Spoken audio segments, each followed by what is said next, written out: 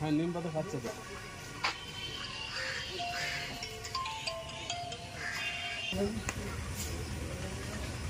খাবি খাচ্ছে নি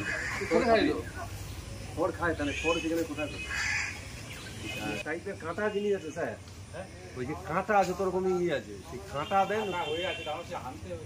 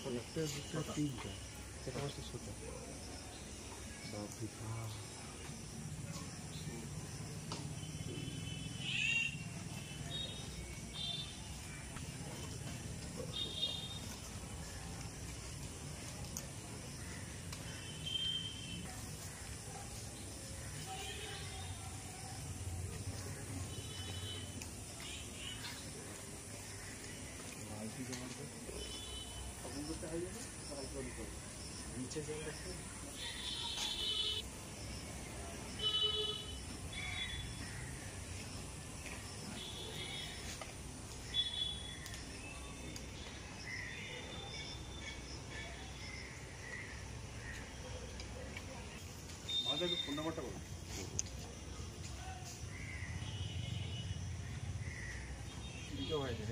এই ব্যালেন্স শেষ হয়ে গেছে আর কি। এটা মেস দেখলা? হ্যাঁ, মেস বলে।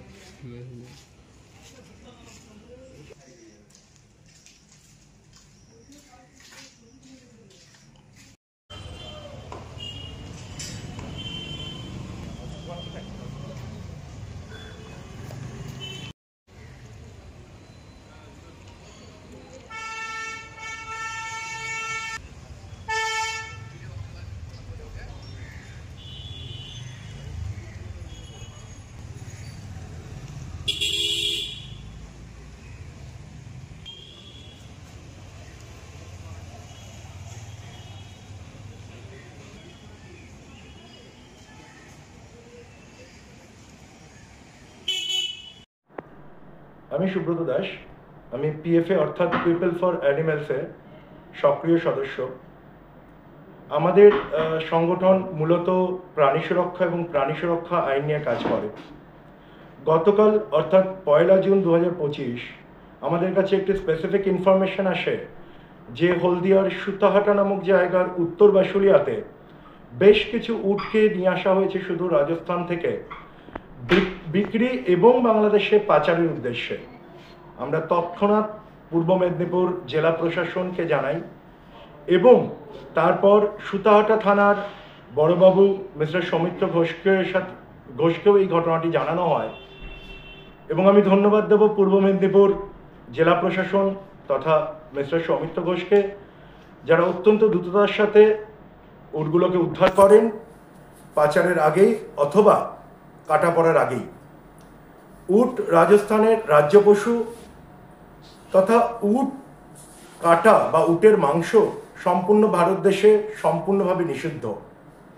কিন্তু এই উটগুলোকে যে স্মাগলাররা নিয়ে এসেছিল তাদের সমস্ত ডিটেলও আমরা প্রশাসনের সাথে শেয়ার করেছি।